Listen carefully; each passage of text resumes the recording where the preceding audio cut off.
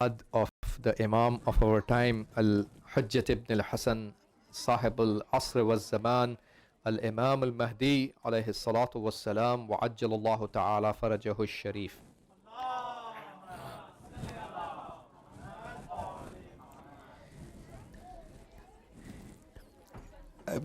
Tonight, I apologize first of all for my delay. I'm already late. I'm supposed to be here earlier. But I'll try to be short now, inshallah. I have in my mind to talk about the names and alqab today. Imam Sahib al-Zaman al-Islam has several names and alqab, the titles, and I would like to, inshallah, mention 10 names or alqab, the titles today. The first is Baqiyatullah. Baqiyatullah means the reminiscent of Allah, the remainder of Allah. This is a title which is mukhtas and specific to Imam Sahib al-Zaman alayhi salam, and he is the only one who is supposed to be addressed with this title. When he appears on the Holy Kaaba on a Friday, he is going to be, when he appears, he will be sitting with his back at the wall of Kaaba, bayn al-rukn wal-maqam, between al-rukn al-yamani, the Yemeni corner of Kaaba, and Maqam Ibrahim, the place of Ibrahim alayhi salam. Between that area, somewhere between that area, he will be sitting with his back on the Kaaba, relying on the Kaaba. And that's where when he appears, he will be in that location, and he will say that Ana baqiyatullah wa hujjatuhu wa khalifatuhu alaykum. I am, that's the madmoon riwayah, I am the baqiyatullah, and I am his hujjat, and I am his khalifa upon you. And this is where 313 people will join from all the corners. The first batch of people, his elite commanders, everyone will end up saying, Assalamu alayka ya baqiyatullah fi ardih. Salam be on you, O the reminiscent or remainder of Allah on his earth. And so this is the title, which is how we are also supposed to, when we say the salam to the Imam of our time, we are supposed to say Assalamu alayka ya baqiyatullah. That's how we are supposed to say.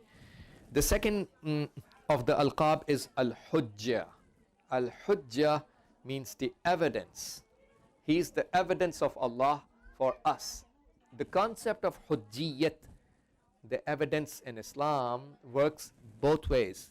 Means Hujjat of Allah, from Allah upon us, and from us towards Allah,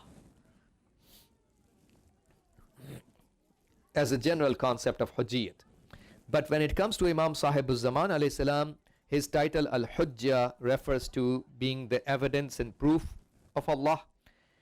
In a lot of narrations, ahadith, when you open up the ahadith of the Prophet and Ahlul Bayt alayhi salam, in abundant narrations, Imam Sahib al-Zaman alayhi salam is referred with the laqab Al-Hujjah. Although all the Imams are Hujjat of Allah equally, and all of them are Hujjats without a doubt. But this is widely used in the narrations for Imam Sahib al-Zaman alayhi salam. So much that our muhaddithin say that if the name is not mentioned, if only a narration, a hadith, a narration says Al-Hujjah and didn't mention the name of any of the 12 Imams, it means it's Imam Sahib al-Zaman alayhi salam. Without the name, this laqab, this title refers to no one else but the Imam, although no one else but the Imam Sahib al-Zaman alayhi salam, although all the Imams are Hujjat. But without mentioning of the name of any Imam, if it's just said Al-Hujjah in a hadith, it means Imam Sahib al-Zaman alayhi salam. So this is also, we can say, is mukhtas and specific in this sense. Although I said Hujjat is for all the Imams, but in this sense, it is mukhtas with Imam Sahib al-Zaman alayhi salam. So the third and the engraving or the text written on his ring, the ring which Imam Sahib al-Zaman alayhi salam will be wearing when he appears, the text of the ring is also Ana Hujjatullah. I am the Hujjat of Allah. This is the text of the ring of the Imam. The third title of the Imam is Al-Khalafus Salih, means the Salih and good doing son, or the person of the later generation. Person of a later generation is called Al-Khalaf. Al-Khalaf Salih means a son or the person of the later generation who is pious, good doing. So this is definitely, obviously he has the best of the lineage in the entire world, and he is the best Khalaf, and he is the Waris and inheritor of all the prophets of God, starting from Adam till the Holy Prophet Muhammad sallallahu alaihi wasallam. So who can be a better Khalaf, better son, better person of the later generation than Imam Sahib-ul-Zaman alayhi salam himself, and all the prophets are waiting for him, and he is the Khatamul Awsiya, seal of all the deputies of the Prophet. Prophet has 12 deputies, and he is the 12th Imam. The fourth laqab of Imam is Ash-Sharid. Ash-Sharid means the one who is stranded, that means stranded away from the home. He lives in area, he resides in a place where no one else is residing, uninhabited, away from the rest of the humanity. Imam Sahib-ul-Zaman alayhi salam has several tashabuh, mushabaha, shibh, shabah, several derivatives of Arabic, means resemblances, and we talked about the resemblances of Imam alayhi salam with the rest of the prophets of God in the Ramadan lectures. If those of you who were present last year, talk about various resemblances with various prophets of God. Some of the prophets, some are still remaining. If Allah allows, inshallah, I can continue with that as well, inshallah. So I did not reach Prophet Isa alayhi salam in those lessons, but the resemblance with Prophet Isa is this, that Prophet Isa alayhi salam didn't have a house. He used to wandering in different places from here and there. He didn't have any house. So kana yatawassadul hajar, he used to take a stone as his pillow. When he sleep, he used to take a stone as his pillow. He didn't have a Prophet Isa had no house, living here and there, sleeping here and there. He had no place to live. Imam Sahib-ul-Zaman alayhi salam is also mushabih. He didn't have any fixed residence and a fixed house. He's Sharid. The fifth name of the Imam is Al-Gharim. Al-Gharim means demanding. And some of the scholars say it also means the one who is demanded by the people. That's also another meaning possible. Imam is demanding, he expects things from us. The history of this, our scholars in the tafsil of this laqab and title say, because since the beginning time of his occultation and ghaibat, he had those deputies who were collecting the khums and other Islamic various monies of Islamic treasury and Baytul Mal, and Imam al-Islam was expecting them. A lot of people were indebted to the Imam to pay off what he's expecting and did not pay. So many people did not pay, and that's even true today. So many people have the haqq of Sahib-ul-Zaman and Ahlul Bayt on their neck about khums or even other Islamic hukuk shar'iyya, how we say in Arabic, Baytul Mal, the Islamic monies, but which were not paying.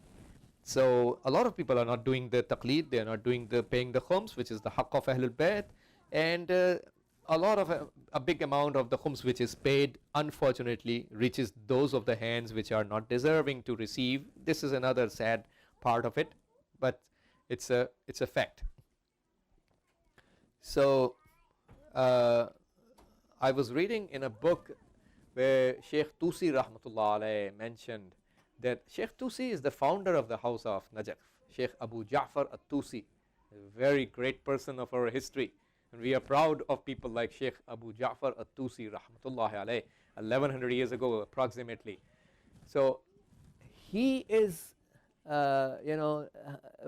since the time of Sheikh Tusi, it was an issue mentioned in the books.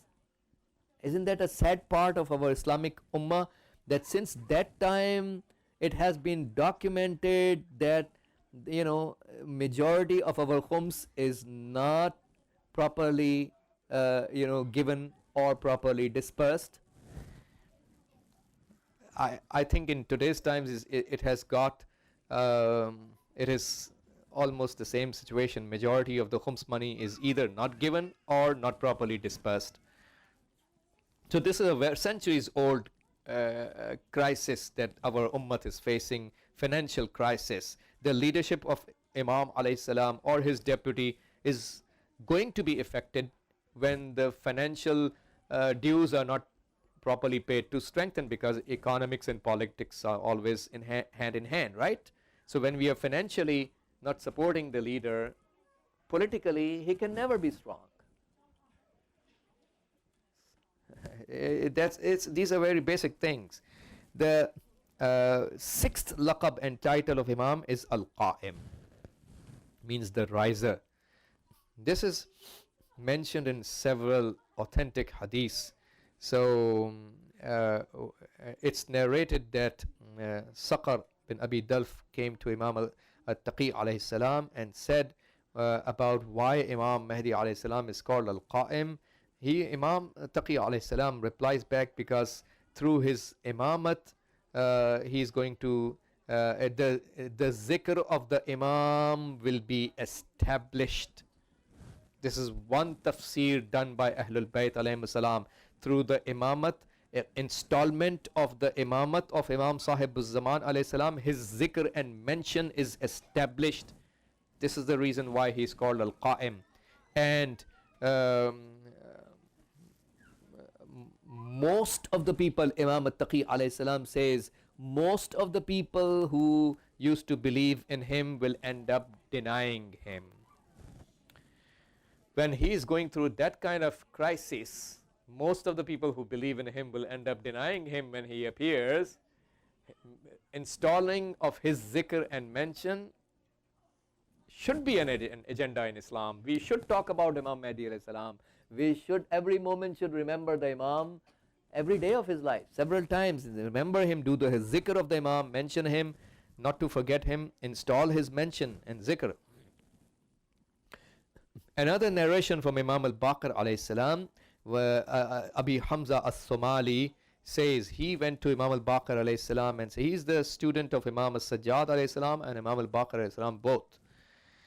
So in the time of Imam al-Baqir alayhi salam, he was an old man, he was a elderly person. So he narrates from Imam al-Baqir alayhi salam, Yabna Rasulullah, why do you call the 12th Imam to be Al-Qa'im when all of you are Qa'im? And Imam al-Baqir alayhi salam says that since this is the second reasoning mentioned in the hadith of Ahlul Bayt why Imam al-Qa'im is called Al-Qa'im, and then I will come to the third reasoning. So Imam al-Baqir alayhi salam replies back, when Imam Hussein was killed, angels of Allah complained towards God. And I explained to you in one of my lectures earlier, we have two types of complaints against God, which is alamat of kufr and nifaq. A mu'min never does that. And we have complained towards Allah, shakwa Allah wa shakwa ilallah. There's a 180 degrees difference between two phenomena. So angels can never complain against God, they're all infallible. They complain towards Allah, which is a sign of a mu'min. So all the angels complain, angels of Allah complain towards God about the killing of Imam Hussein alayhi salam.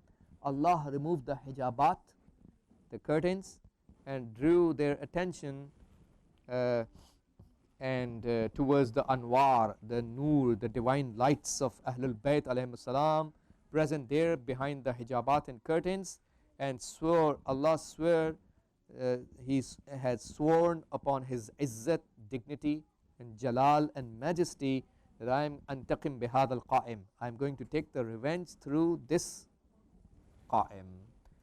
the Noor of Imam Mahdi alayhi salam among the rest of the Anwar of Ahlul Bayt was standing and doing the ibadat and worship of Allah.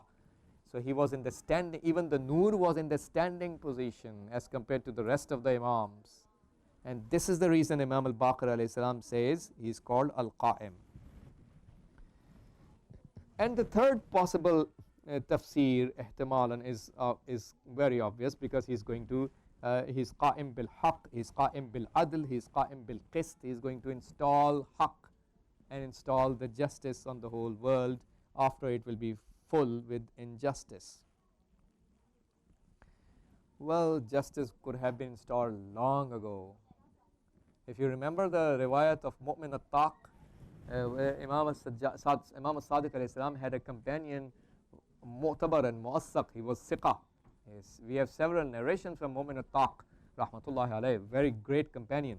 Imam al-Sadiq alayhi salam has said to Mu'min al-Taq, لَقَدْ قَرُبَ هَذَا الْأَمْرِ ثَلَاثَ مَرَّاتٍ فَأَزَعْتُمُوهُ فَأَخْرَهُ اللَّهُ.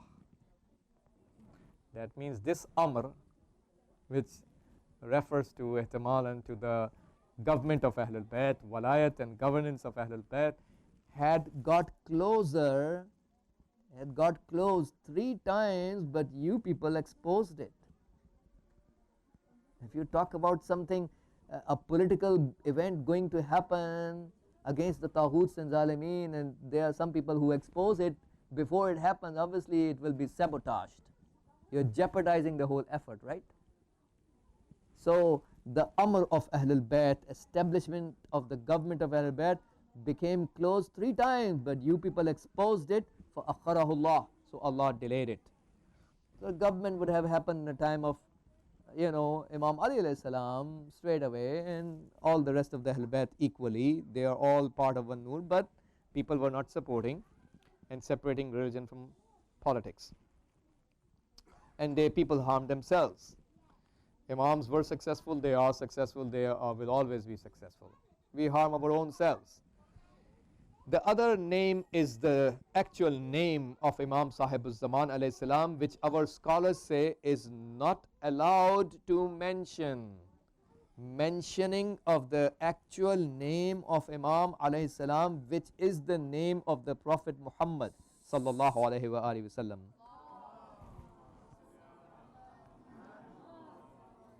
Is not allowed to mention.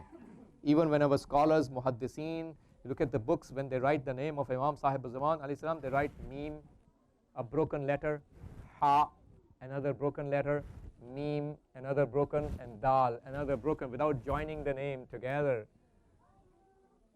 which is an ishara, an indicator to the reciter, don't read the name by joining it. So it's not allowed by our scholars and mujtahideen for any person.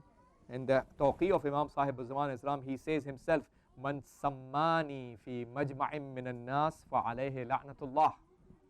Whoever names me in a gathering of the people, upon him be the la'nat of Allah. So it's condemned. Obviously it's very clear condemnation from the hadith of Imam himself. And so we are not allowed to mention take his name, to mention his name. We are supposed to mention his alqab and titles. You know, it's such a unique wisdom of Allah. And the more I think about that, you know, what comes in my mind, Allah subhanahu wa ta'ala, ihtimalan, Allah knows what's the wisdom, we don't know. Ihtimalan, maybe one of the wisdoms is this, that Allah subhanahu wa ta'ala wants the people to divert the attention towards the alqab of Imam alayhi salam instead of his name. What would be the benefit if we divert our attention towards the alqab of the Imam? We will educate ourselves to understand the meaning of Al-Qaim. We will end up educating ourselves to understand the meaning of Ash-Sharid, like I explained minutes ago. We will educate ourselves to understand the meaning of Al-Gharim. What is exactly he is demanding from us. That's how we will improve start doing our duties towards the Imam, right? That Ummah had not been doing and giving the Imam hard time. So 11 were killed, and the 12th one had no option except to go to Ghaibat. because the duties were not done. So those of the alqab which talks about what the imam is, what he's going to do, establishing of the government, not separating religion from politics, stop at getting attached towards this dunya and giving talaq to its temporary belongings, so we sacrifice everything for the sake of the iqamatul haq that the title of al-qa'im stands for. All these things, because this is all the prerequisites for establishing a government is sacrifice. You think the Taghoots who are playing around with Islam today in Yemen and Hijaz and Bahrain and Iraq and Afghanistan and Pakistan, are they going to spread a red carpet for us to establish an Islamic government? Are they silly? So it's all about sacrifice. How many people are ready to do sacrifice?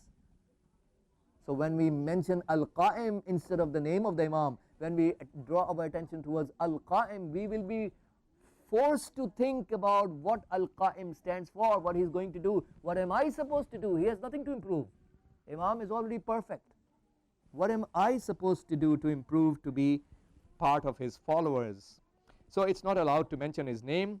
This was a matter of consensus among all the mujtahids of the Shia community until Ayatullah al-Uzma, al-Muhaddis al-Kabir, wal-Mutakallim al-Kabir, Khaja Nasiruddin at-Tusi rahmatullahi alayh. Such a great, remarkable scholar. He's one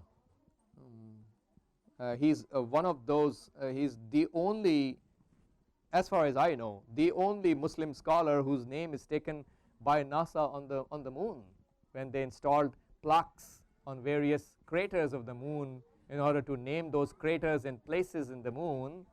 The only Muslim scholar, to the best of my knowledge, I may be mistaken, but I did not find any other Muslim name when I was reading the list. At least I did not find.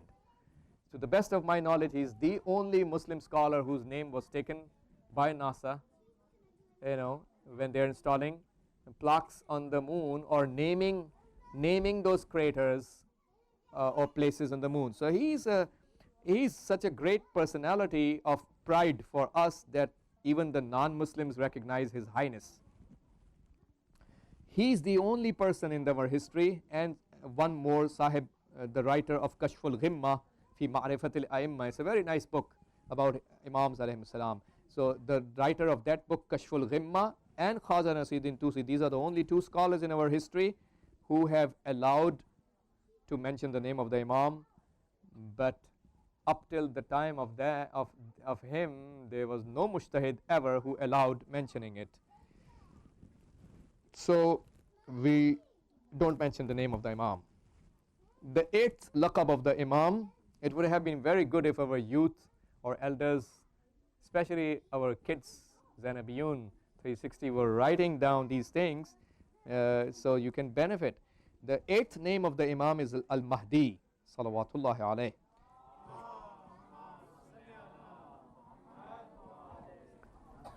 So, and this is the most famous one among all of his alqab, more famous, way more famous than his own name, which means the guided one. Everyone knows him with the name of Al-Mahdi. Non-Muslims, Sunnis, Shias, everyone. It's mentioned so much. So, and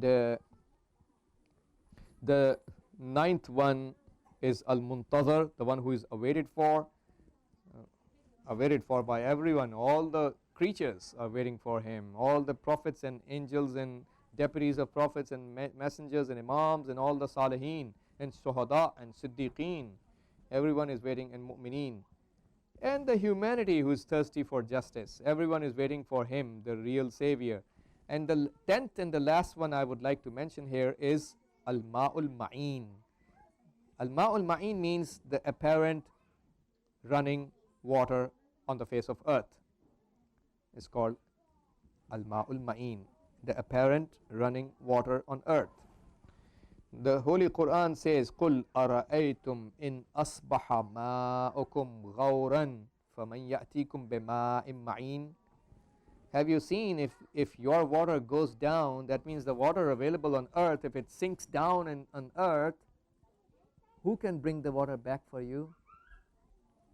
And in the tafsir of Ahlul Bayt, Ma'in Ma'in in the ayat of Quran is Imam Sahib al-Zaman alayhi salam. If the Imam is in the ghaibat, who can bring the Imam back so that he can tell us akhbarul ghaib, the news from the unseeable world? Only he can tell us the news which we need for our survival, news from the unseeable world, and the halal and the haram and the values of Allah subhanahu wa ta'ala.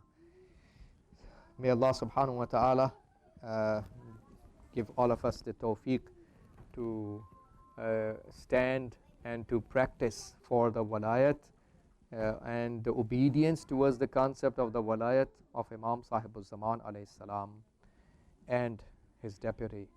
Allahumma salli ala Muhammadin wa ali Muhammad. Ya Allah, Ya Allah, Ya Allah, Ya Allah, Ya Allah, Ya Allah, Ya Allah, Ya Allah, Ya Allah, Ya Allah. Allahumma ansur al-Islam wal-Muslimin واخذل الكفار والمنافقين. اللهم انصر من نصر الدين واخذل من خذل المسلمين. اللهم انصر واحفظ وأيد علماءنا الربانيين ومراجعنا الربانيين، لا سيما الولي الفقيه قائد المسلمين. اللهم انصر جيوش المسلمين وعساكر الموحدين. اللهم فك عن الأسراء المسلمين. اللهم وفقنا لما تحب وترضى، وعجل في فرج مولانا صاحب الزمان، واجعلنا من أنصاره وأشياعه وأتباعه وأعوانه بجاه محمد وآله الطاهرين.